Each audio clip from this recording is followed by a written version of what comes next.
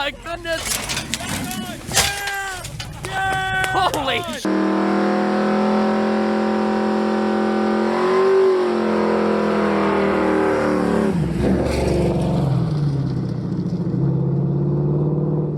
Hey there folks, it's me and Ralphie here. We want to talk about what do you do when you have way too many projects you're juggling already. You add another one to the mix. This is a 76 Bronco I've had for a long time. I got it on a trade a long time ago. I don't remember when it was. I'm sure I've had this thing at least 20 years.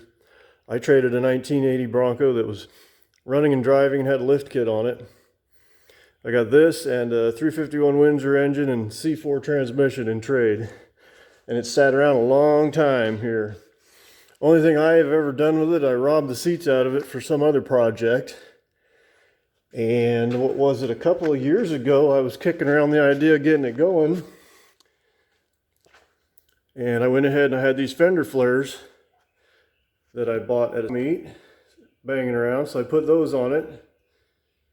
Come on, back out. And that's not really a half cab. I took the full cab and I was going to cut it down into a half cab. But once I got to doing it, I realized it was harder than it looks. That's why you do see so many of these mangled half cabs out there. I'm not saying I couldn't do it. I can do it, but I kind of lost interest in it. And it went back to sitting in storage. But I think this summer, hopefully before the summer's out, I'm going to get this thing going.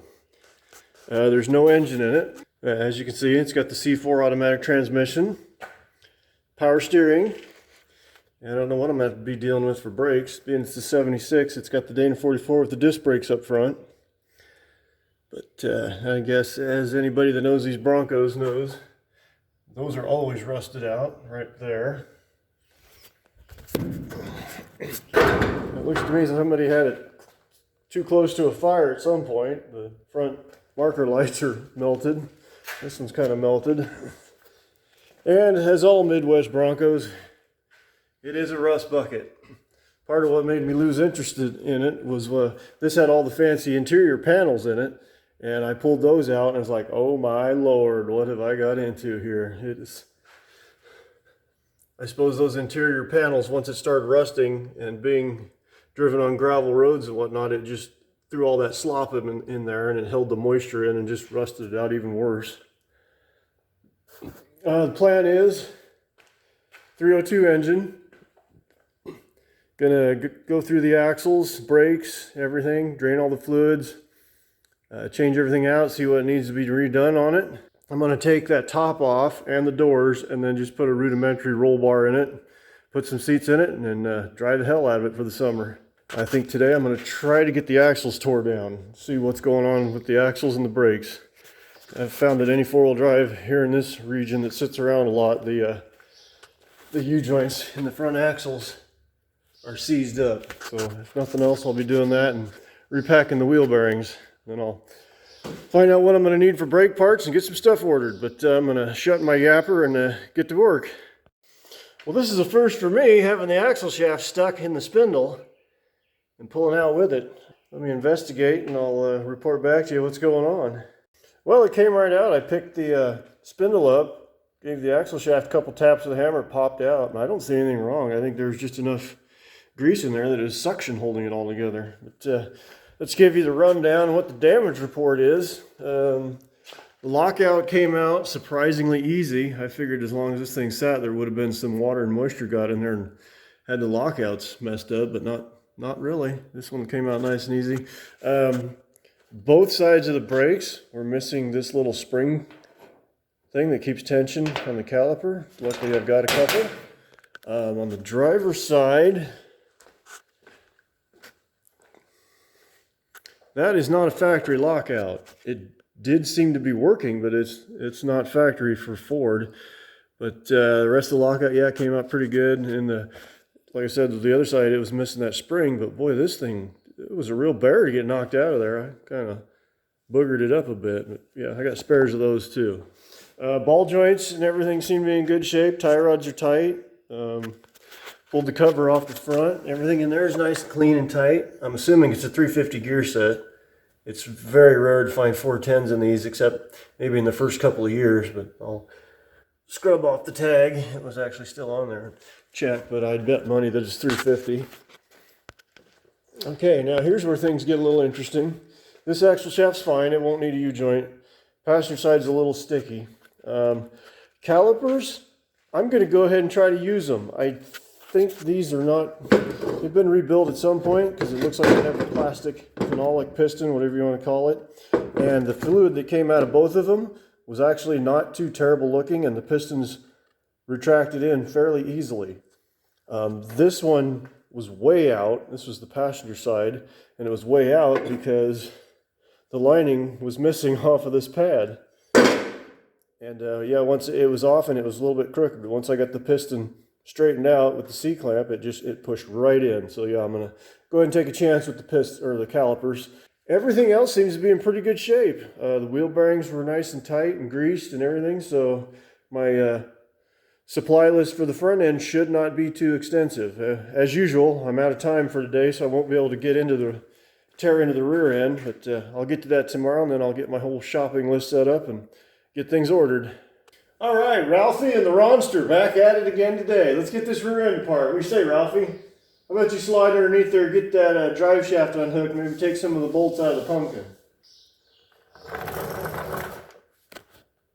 Drums are off, got the axle shafts out. Everything's looking pretty good on the drums. I'll get new brake shoes for it, but all the hardware's there, nothing's messed up. Axle shafts put up a little bit of fight coming out, but nothing the slide hammer couldn't solve. How you doing underneath there, Ralphie? Well, you haven't done a damn thing. What are you doing, napping? Fine, get out of there and I'll do it.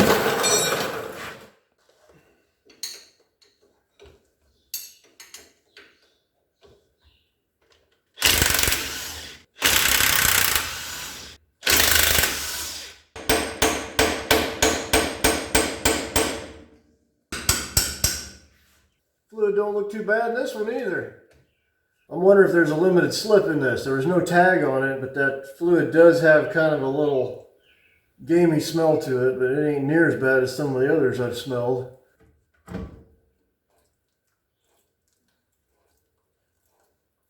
Let that drain out for a while. I think next thing I'm going to do is drop that transmission pan. I don't know how well it's showing up. The fluid that came out of the transmission was actually pretty nice looking. What's little that's left in this pan, you can see a little red tinge to it. And there is obviously a lot of black sediment, I guess, from the clutch packs, but there's no actual real debris in there. So yeah, it was kind of makes me feel better about this project because I didn't know why the engine was out of it.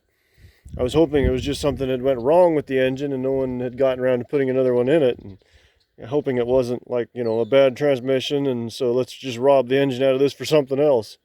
But yeah, transmission's looking pretty good, I think. Hey Ralphie, would you hop in there and get that torque converter pulled out for me? Not surprisingly.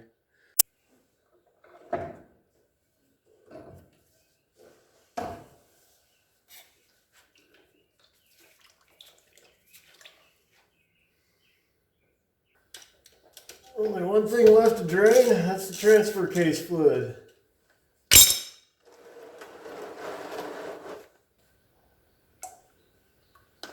That looks pretty good too. I pulled the third member out. It's in real good shape too. No slop in it. It's not a limited slip. Just, yeah, that gear oil just smelled a little funky. So yeah, so far everything I've been taking apart's been in relatively good shape considering how long this thing's been sitting. I suppose it makes a difference when, yeah, you don't, even though it's been sitting a long time, I never left it sit out and sink down into the ground. I got my shopping list. I'll get some parts ordered and so I can move on with it. So here's the top two options that I picked out. These are, I'm not sure what these are out of. I bought these at a swap meet, oh man, a long time ago, and they've just been up in the rafters ever since. I think I got them for little or nothing. I believe they're out of some sort of a GM car. Bought these. I do have the set of these. Obviously they're out of a Ford truck, FX4 package. I'm kind of leaning towards these. We still might go hit the junkyard and see if we can find something better though, but I'm thinking these are our front runners. Well, while I'm waiting for all my parts I ordered from Rock Auto, I guess I could make use of that time by scrubbing up all these front axle assemblies and go ahead and pop that bad U-joint out of there. Might even be able to get the driver's side back together, seeing as how it didn't really need anything other than the brake pads. Gasoline, breakfast of champions.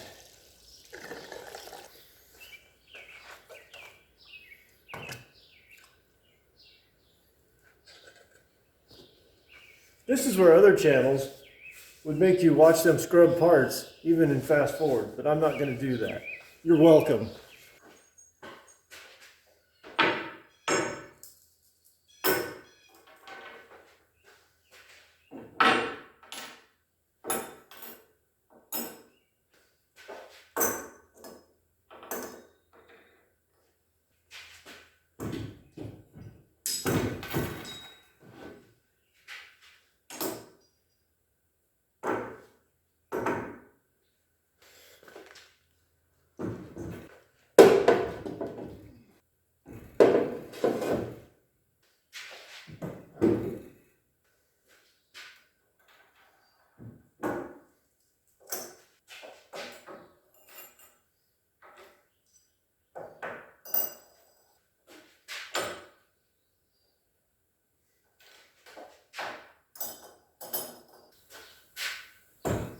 Last one, I believe. Everything all scrubbed up nice and pretty. Alright, it's been a couple days. It's a Sunday afternoon now. I did get a couple boxes of parts in. Let's see what all I got. Got some new front shocks, rear brake shoes, transmission pan gasket, front axle gasket, couple of flexible brake hoses for the front. Got the rear shocks here, wheel seal. This is the pinion seal. I'm going to do that here immediately. But here's something pretty cool. You know how Rock Auto sends you magnets? Well, this has to be probably close to the best one they've ever sent me. Get all this crap dug out of there.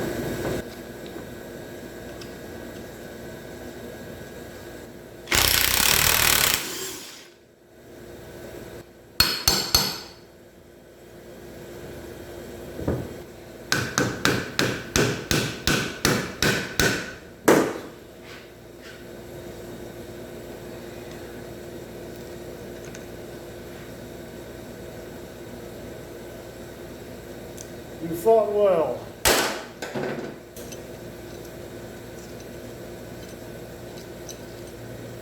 Got this piece of drive shaft tubing that was just the perfect fit for that. So.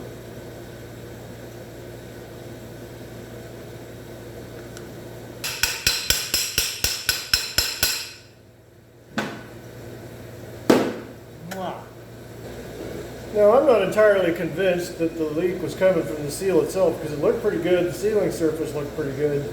It might have been actually coming through the splines and out through the pinion nut area. So I'm going to go ahead and splurge a little RTV in there and hope that helps out if that is where it was coming from.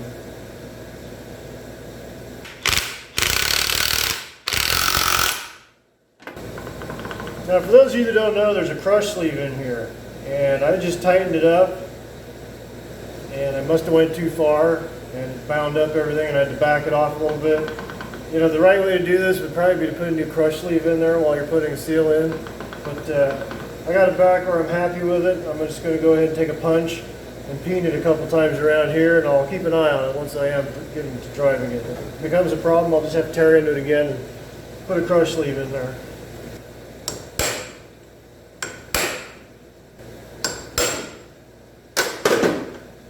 Well, I spared you the tedious task of watching me clean the housing out and get all the gaskets scraped off, but you can watch me struggle with this if you like.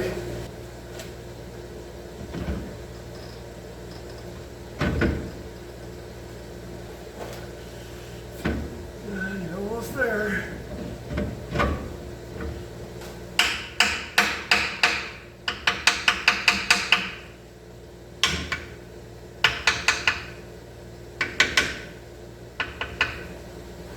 Alright, I think I'm going to let that dry a little bit before I tighten it down for good.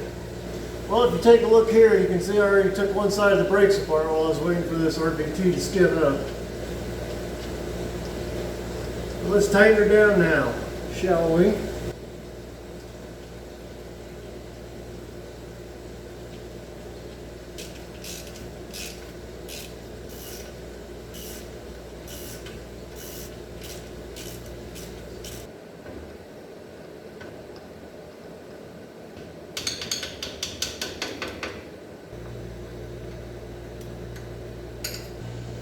So I don't have enough hands or patience to try to film brakes and explain what I'm doing.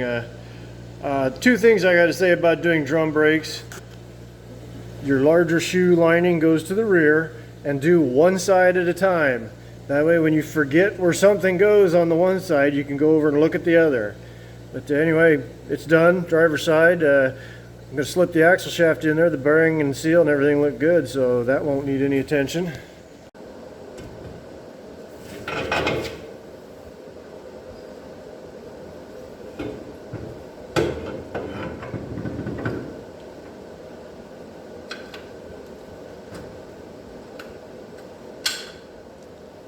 I'm kind of surprised. I really expected when I pulled this apart to find one of those tapered set of wheel bearings in it with the seal built into it. But no, this has got the sealed bearing with the axle seal inside the tube, which I prefer anyway, even though general consensus is the other bearings are stronger. I just like these for the simplicity. And it seems like those bigger tapered bearings, you take them apart and they never do seal up again after that.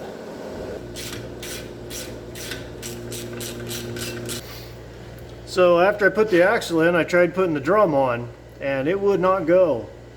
I double checked the adjuster here, make sure it was pulled in all the way to keep the shoes all retracted in, and it was in, still is, but here's what's going on. You can see this. Yeah, the front shoe is not seating up against the pin here, and it's not this, because that moves free. Here's the problem right here. The wheel cylinder is stuck apparently and not letting it retract enough. So looks like I'll be replacing the wheel cylinder, and I guess if I'm going to do one, I just as well do both. So I guess I'm done working on the rear end for now until I get some more parts in. I'll move on to something else, probably start putting the front end together. So I guess before I move back to the front end, I'm going to go ahead and change these rear shocks out. Give me some sense of accomplishment back here anyway.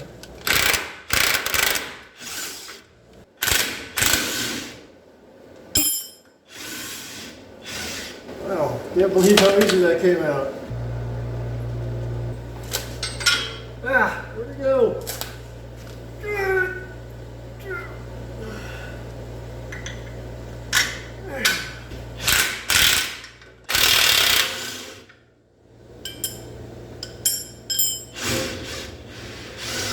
Wow, I really expected the inner sleeve and the bushing to be seized onto that bolt. I've had that happen so many times. I don't know what's going on with this thing. Okay, so here's a potentially bad spot on these Bronco rear mounts too. As you can see, the stud that goes through the shock, that's not a bolt or anything. That's all, well, I wouldn't say it's one piece, but it's all welded as one piece. So you can't get all horsey with it and just snap that off and expect to replace something. You want to soak it down with penetrating oil, heat it up with the torch, do something, but you want to make that thing survive.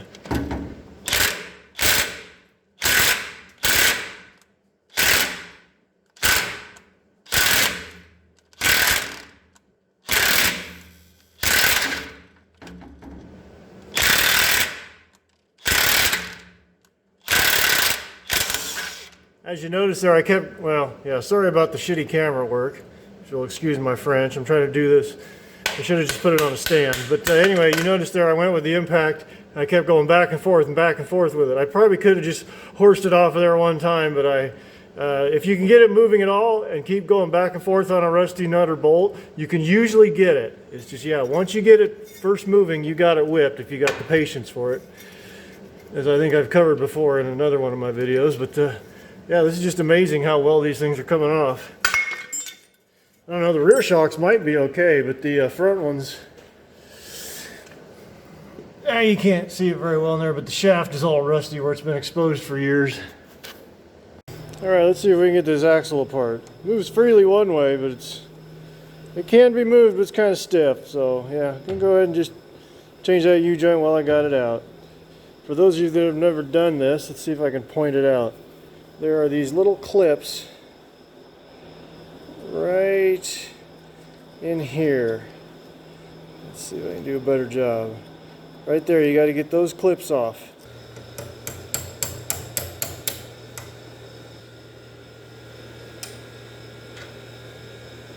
There's what she looks like. 3 more to go. 2 clips. I'm gonna have to get this little seal flange out of the way.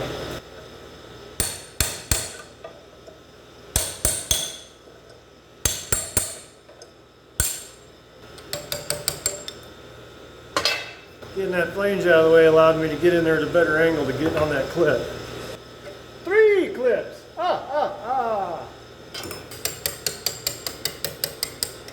Kind of surprised how easy these are coming out.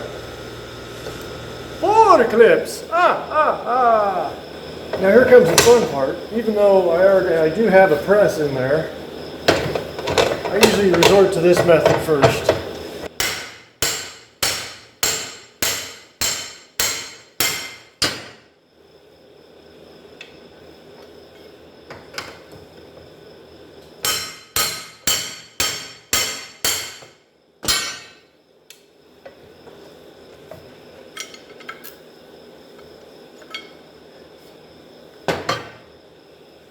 And then works the same way here.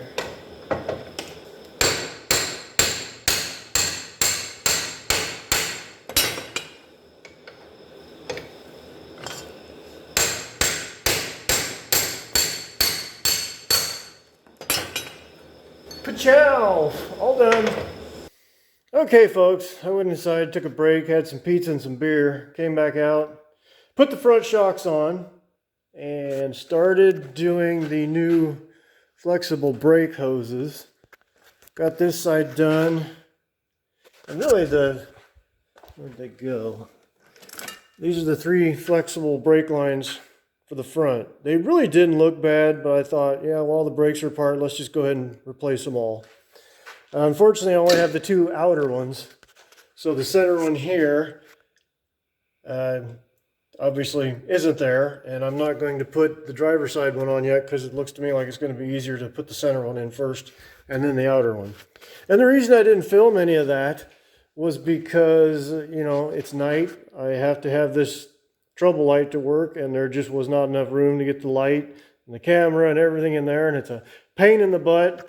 Don't think this is glamorous. This is a huge pain in the butt trying to work on stuff and film it at the same time. So excuse me for wanting to get something done without messing around with the camera. Anyway, I'm going to start getting all these front end components all greased up, and I should be able to get the passenger side put together, other than I don't have the brake pads yet. So things are about to get greasy. Okay, before we get started here, I just want to show you what I use. This is the only grease I use anymore, and I'm not endorsing it because I'm getting paid. I just really believe in this stuff. Like I said, it's the only stuff I use. As you've probably seen in my videos, I wash parts with gasoline, greasy parts. And the gasoline will break down wheel bearing grease pretty easy. This stuff actually puts up a little bit of a fight in the gasoline before it does get washed away. And when it does get water in it, inevitably from out wheeling and stuff, it'll kind of last there too. It's not foolproof, but boy, it is just leaps and bounds better than any other wheel bearing grease. Well, I don't know that it's specific for wheel bearing grease, but yeah, I use it for everything except for the caps in my CTMs and long field U-joints. I use a synthetic moly grease in that, but yeah, this is good stuff. I'll get that put aside now. And as you can see, or maybe not see, let me get it here. There's a little bearing inside this spindle on the back side. I got it all cleaned out, so that's usually the first thing I put grease in when I get started greasing up the front end, putting it back together.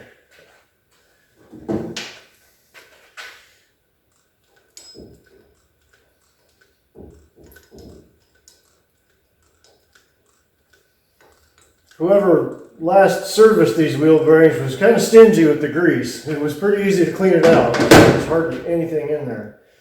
You can't just squirt it in there. You need to get your finger in there and work that grease into those bearings. Spin it while you're pushing it in there.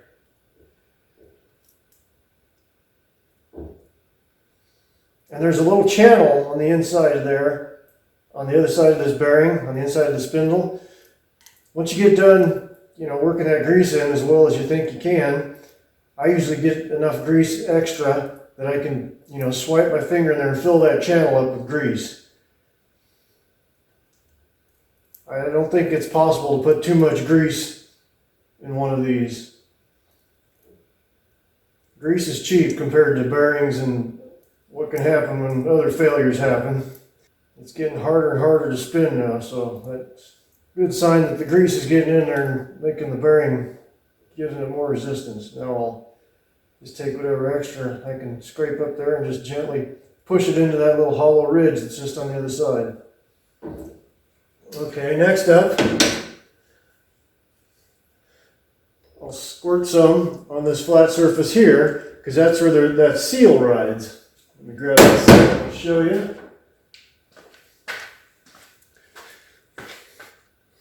It's this seal here, and this seats on, let's see, is it showing? Yeah, this axle shaft here. It seats on it right there. Obviously there's a flange there that supports it on the back side, but that's where that bearing goes, or not bearing, that's where that seal goes right there.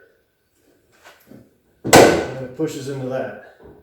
Smear that around a little bit, and the spindle is ready. All right, now that the spindle is greased up, this is obviously a brand new seal, the one I just showed you. It was bad on the one side, the other side was good, and I took it off and cleaned it up. But to get it on there, you basically just walk it on around there, like so, no big deal. And now there's this plastic, I guess, spacer or bushing. Let me get it up here and show you a little better. As you can see, one of the inside edges is beveled.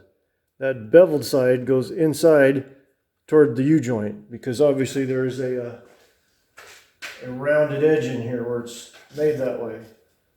There. I guess it wouldn't hurt. Probably should give it just a little bit of grease. Nothing else helps hold it in place while you're putting things together. All right, now there's also this seal here. Let's see here again. This goes inside the spindle, right next to that bearing, just on the outside of it.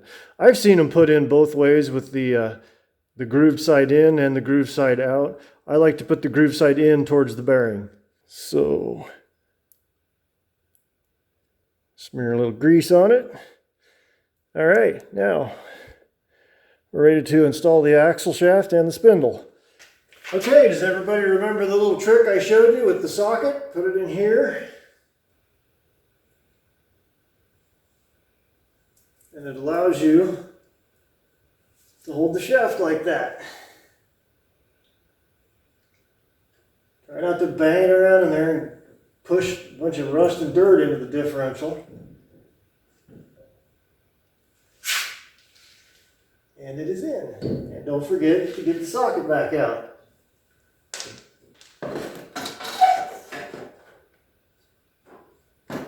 Alright, so on these spindles, I know like your 6-lug GM pattern and the older drum brake Bronco, and I'm not talking about a wheel bolt pattern, I'm talking about the spindle pattern. These 5-stud Ford ones, they'll only go on one way. I think like the 6-lug stuff, you can put it on in any direction. Whoop, almost forgot my brake mount. Now there was a dust cover on this thing, but I never put those back on.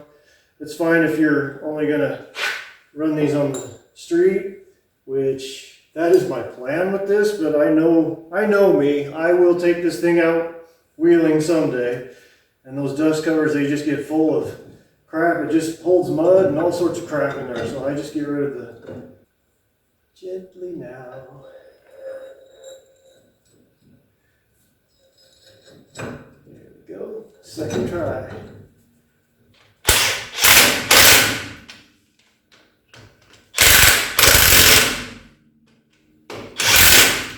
All right, time to do some wheel bearings. Now things are going to get real messy. One's a little bigger than the other. The larger one goes on the inside, as in inside towards the center of the vehicle. Even though I always start with the smaller one first. What are you doing, Cat? What's wrong with you? Yeah, the cat was over there digging around one of my bolt bins and was getting ready to crap in it. Steve would never do that. It's going to take a while. Now, I'll pluck that bearing out of there, swipe up a generous portion of grease that was left onto that. Now, the way this greaser works, it pushes the grease in through one side of the bearing and all the way out the other side. So there is grease in the center of it. I'm just take some extra grease and giving it a good smear.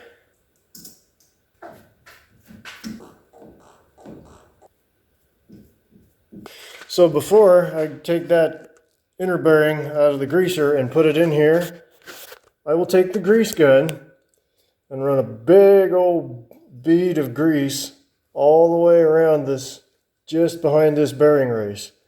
And then I'll also do it down in there deeper. I don't know, it's probably, it's not making it out.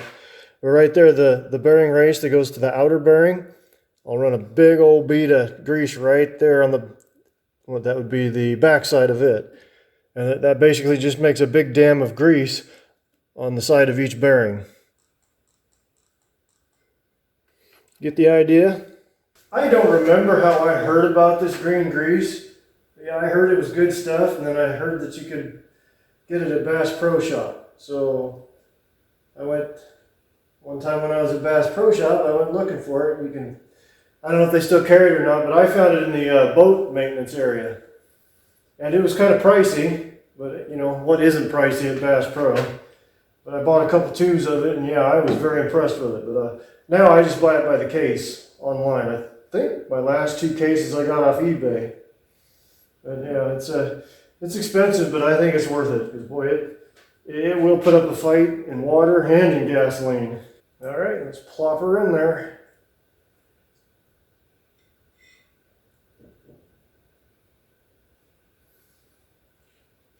And that bead of grease that I put in there, I'll go in there and just kind of make sure it's brought up against the inside of the bearing. Try to flip it over without getting any grease on the rotor.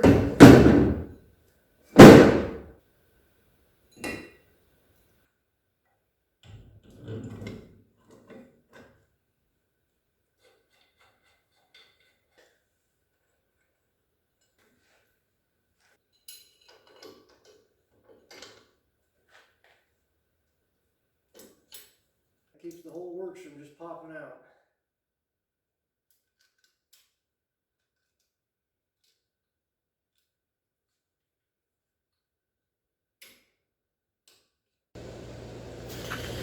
Okay, it's all put together, other than I need brake pads. Can't do the other side, like I said, because I need a U-joint for the axle shaft to even get started. And my pile of parts is pretty much down to 2 things. Got the front cover gasket. I normally don't buy these, I just use RTV, but I was ordering a bunch of stuff anyway, and this was, I don't know, like 44 cents or something. And I got the oil pan gasket for my C4 transmission, so I think I will work on that. I'll see you underneath the vehicle. So it's been draining and dripping for, I don't know, 3 or 4 days now. Those of you that know and those of you that don't, the nice thing about these C4s and C6 Ford transmissions, you never need to buy a filter for these. The filter in there is just a fine mesh screen. You pull the filter off, flush it out with a carb cleaner or whatever you got. Yeah, you never need one unless it's somehow gotten damaged. But I'm going to pull that off, take a look. It looks pretty clean from what I can see of it here. There it is. Like I said, just a coarse mesh on that side, but in here, I don't know if I can get it to pick up in the light. There's a fine mesh screen in there. There it's showing. It all looks clean and good. There is a gasket here. I'm going to cut out a new one instead of ordering a new one. And it's been a while since I've been into a C4, but I forgot all about this. There's a spring and a piston or a plunger, whatever you want to call it. This little tab here on the filter holds it up inside the valve body, like so. So that fell out, and luckily I found both pieces, but yeah, it's been a while since I've been to C4. I forgot all about that. Anyway, I'm going to cut out a gasket, bolt that back in, scrub up the pan, because it is a mess. That whole transmission is just oily as hell. I'm hoping it was just the engine, and that's what killed the engine. Maybe somebody ran it low on oil with that massive oil leak that came from somewhere. And hopefully the transmission's okay, not leaking bad, but time will tell. Got the rough shape cut out. I just need to punch these holes out. They look to me about 22 caliber. I don't think I have a 22 caliber. I'll go 22 Magnum. Awesome job, Ron. Well, thank you, Ron. Let's get it in there now. There she is, all scrubbed up and bolted on. About the other thing left I can do tonight is I think I'm going to pour a couple of quarts of transmission fluid in the converter and slam it back into the bell housing.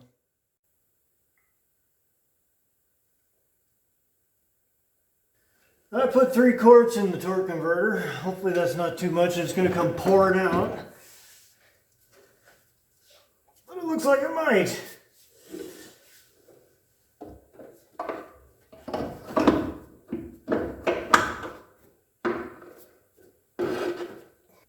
Guess I'll find out tomorrow if it all comes pouring down into the pan and out the dipstick hole, because I don't have the dipstick back in it. Figured I could wait till I put the engine in. Well, it's been a couple days. I got another couple boxes of parts in, as you can probably ascertain. Yeah, that's right, big word there. I got my U-joint in, got the axle shaft put together for this side and all the front axle components on here. Brake pads, calipers, all my flexible brake lines are in. Even got the front cover back on. The front end is basically done, other than I ran out of gear oil, so it's not completely full. So I think I'm going to wrap up the video at this point. Tune in next week, there's more to come. I want to kind of try to get my episodes a little bit shorter than I have been running. So we'll see how that works out. But go out and find yourself a project and have some fun with it.